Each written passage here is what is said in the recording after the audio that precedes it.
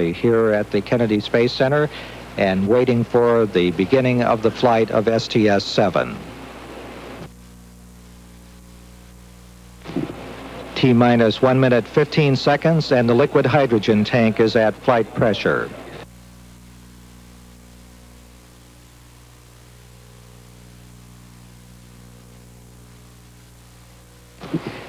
T-minus 1 minute and the firing system for the sound suppression water system on the pad is armed. T-minus 55, the hydrogen igniters under the orbiter's engines have been armed. These devices are used to ensure that hydrogen flowing through the engines does not accumulate, causing a small explosion and pulse or pressure pulse at engine ignition. T-minus 35 seconds. We're just a few seconds away from switching command to the onboard computers. We've gone for auto sequence start. T-minus 25 seconds and counting. The sequencer on board now controlling the final seconds. T-minus 17 seconds and counting. The body flap and speed breaker in launch position. T-minus 10, 9, 8, 7, 6. We go for main engine start. We have main engine start and ignition and liftoff. Liftoff of STS-7 and America's first woman astronaut. And the shuttle has cleared the tower. Roger your roll, Challenger. Houston now controlling. Mission control confirms roll maneuver started. Ground com on all F channels 217 20 seconds. Rust looks good. 25 seconds, roll maneuver completed. 30 seconds, Challenger now 1 nautical mile in altitude, throttling engines down now to 75% as programmed. 40 seconds, Challenger now 2.5 nautical miles in altitude. 45 seconds, Challenger now 3 nautical miles in altitude. 50 seconds, coming up now and create a maximum aerodynamic pressure on the vehicle. 55 seconds, Challenger 4.5 nautical miles in altitude, mark 1 minute.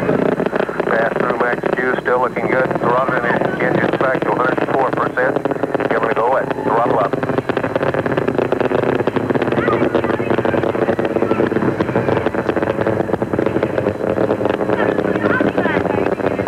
Challenger Houston, you're going throttle up. Roger, going throttle up. Nice ride.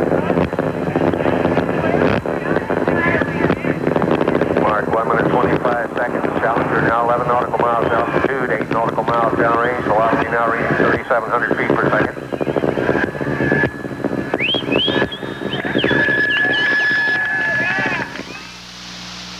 Mark 1 minute 40 seconds. Challenger now 16 nautical miles in altitude, 13 nautical miles downrange. Crippen Halkin Company now coming into the last traces of the Earth's atmosphere. Challenger now 19 nautical miles in altitude. 1 minute 55 seconds. Challenger 21 nautical miles in altitude, 21 nautical miles downrange. Standing by now for solid rocket booster separation. We have FRB set. Roger, set. 12 minutes 12 seconds. Confirm good solid rocket booster separation. The booster is falling away now. 2 minutes 20 seconds. Challenger Houston, your first stage performance was nominal. Roger, nominal first stage. That was Capcom Roy Bridges advising first stage performance. Onboard guidance is converging now as programmed. Challenger is now steering for a precise window in space for main engine shutdown. 2 minutes 40 seconds. Challenger 35 nautical miles in altitude. Standing by now for 2 engine towel capability. We've ever seen of the solid rocket booster separation. It was textbook, wasn't it? It was absolutely beautiful. It was textbook. Did I give you a chance to crow a little bit on behalf of NASA? This liftoff procedure is the last several launches has gone fairly smoothly, hasn't it? Very good. The people at Kennedy are just absolutely super when it comes to launches. That's their business, and that's what they do best, and they do a fine job of it. And they're getting this thing down to real science now. And today was a picture-perfect launch sequencing thing. The show has moved on. We're now listening to mission control in Houston. As soon as that lifts off the ground, it reverts to Houston. 3 minutes 25 as soon as they clear the tower. 45 nautical miles in altitude. A return status check and mission control by Flight Director Jay Green. It's amazing. A return status check, what does that 35 mean? seconds. Crew aboard Challenger given. They're getting ready to tell them they can't return to launch site anymore, and that comes about right now. And that means that you can no longer turn the vehicle around and make it back to the Kennedy runway. So the next place, if there were an emergency, and there's no indication that there is, the next place after this they would go is to Dakar, Senegal. There is negative return right there. Okay, there's negative return. They can no longer come back to Kennedy now. If they aborted, they would have to go into Dakar. Committed to space travel. Roger that. And of course, who wasn't thinking as we watched that launch about Dr. Sally Ride a few moments ago when those big rockets heaved that thing up into space. Let's watch it again. And while we do, let's hear what Sally was thinking about, or thought she might be thinking about. 7, 6, we go for main engine start. We have main engine start, and ignition, and liftoff. Liftoff of STS-7 and America's first woman astronaut. And the shuttle has... And we know exactly what to expect to happen. We know intellectually what the computers are going to be telling us and what all the dials are going to be saying. We know all that. We know what to look for and when it's going right and when it's going wrong. But emotionally, I think that everyone has said that you're really caught up in the moment. And although you've just spent a year training to look at all these dials and computers, all you're doing is staring straight out the window with your eyes wide open. And for the record, everything is going very well. More on our special coverage of STS-7 after a message. That sounds great, Grip. The Prestamico call says, should Challenger lose one engine? When Gemini 4 first launched men into space, Tang instant breakfast drink went with them. Since then, people everywhere have launched the day with Tang, because nothing fuels up your family like a nutritious breakfast in Tang. Tang has a fresh orange taste, a full day's supply of vitamin C in every glass, and it costs about 1/3 less than orange juice. From Gemini to the shuttle to Earth families, great mornings have taken off with Tang. Launch your day with the goodness of Tang. It's awful. It's disgusting. Would you clean a greasy stovetop with a window cleaner? Absolutely not. How do you use your window cleaner? I've never used a window cleaner on anything but windows. Try Glass Plus. Comes right off. No streaking. There's a shine. It's beautiful. Glass Plus cleans more than glass because it has more cleaners than just ammonia. So I'm going to use this on my stove. I'm going to use this on my refrigerator. Glass Plus cleans glass, plus a whole lot more. My windows, my blender, my toaster. Is that my speed stick? No, that's mine. Oh, come on. This is the wide stick. Man-size protection. I know. I mean, speed stick antiperspirant's really tough on wetness and odor. I know. Even goes on dry. Lets me get dressed right away. Hey, how long you been using speed stick? Ever since the day I beat you 3 sets to 1.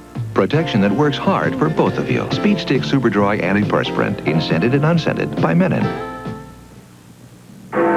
Recently, an important event took place at the House of Commons.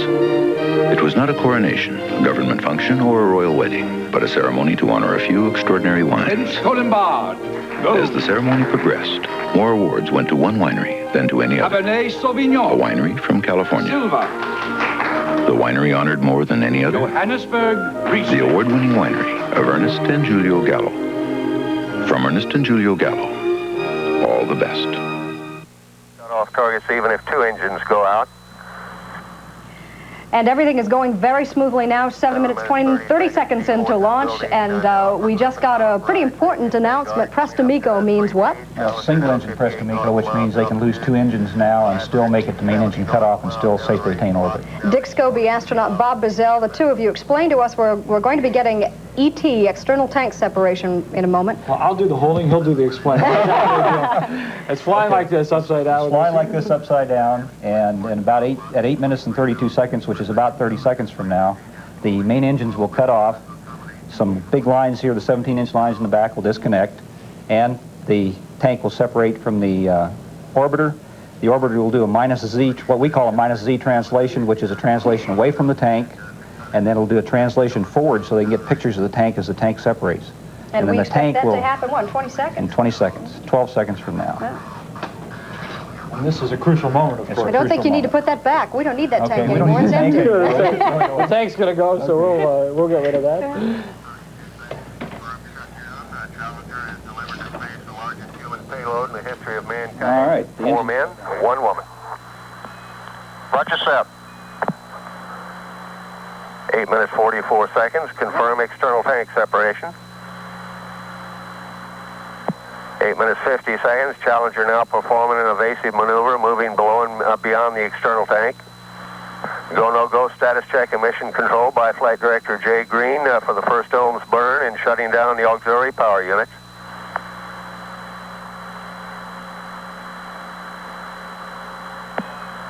Challenger Houston, your go for nominal ohms 1. APU shut down on time. Roger that. That was Capcom Roy Bridges giving a go for a nominal ohms 1 burn. After the main engine's cut off, we do what we call an orbital maneuvering system burn, which is 2 small engines on the back burn to give you a little bit of higher orbit. Oh, there's a beautiful shot of the smoke trail from the Challenger.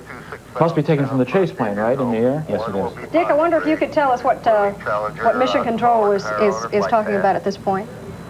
They're looking at all the parameters on the vehicle to make sure that everything's go for the orbital maneuvering system burn, and I think they've just given the go for the burn. And it happens fairly quickly after external tank separation, so we ought to expect that here in about another 30 seconds or so. They just announced that the Challenger is at 1,100 nautical miles. My math isn't that great, but that's about 1,250 miles away from here. It hasn't been very long since they left. Nope, all's going very smoothly. We'll be back with more on the second flight of the Challenger after a message.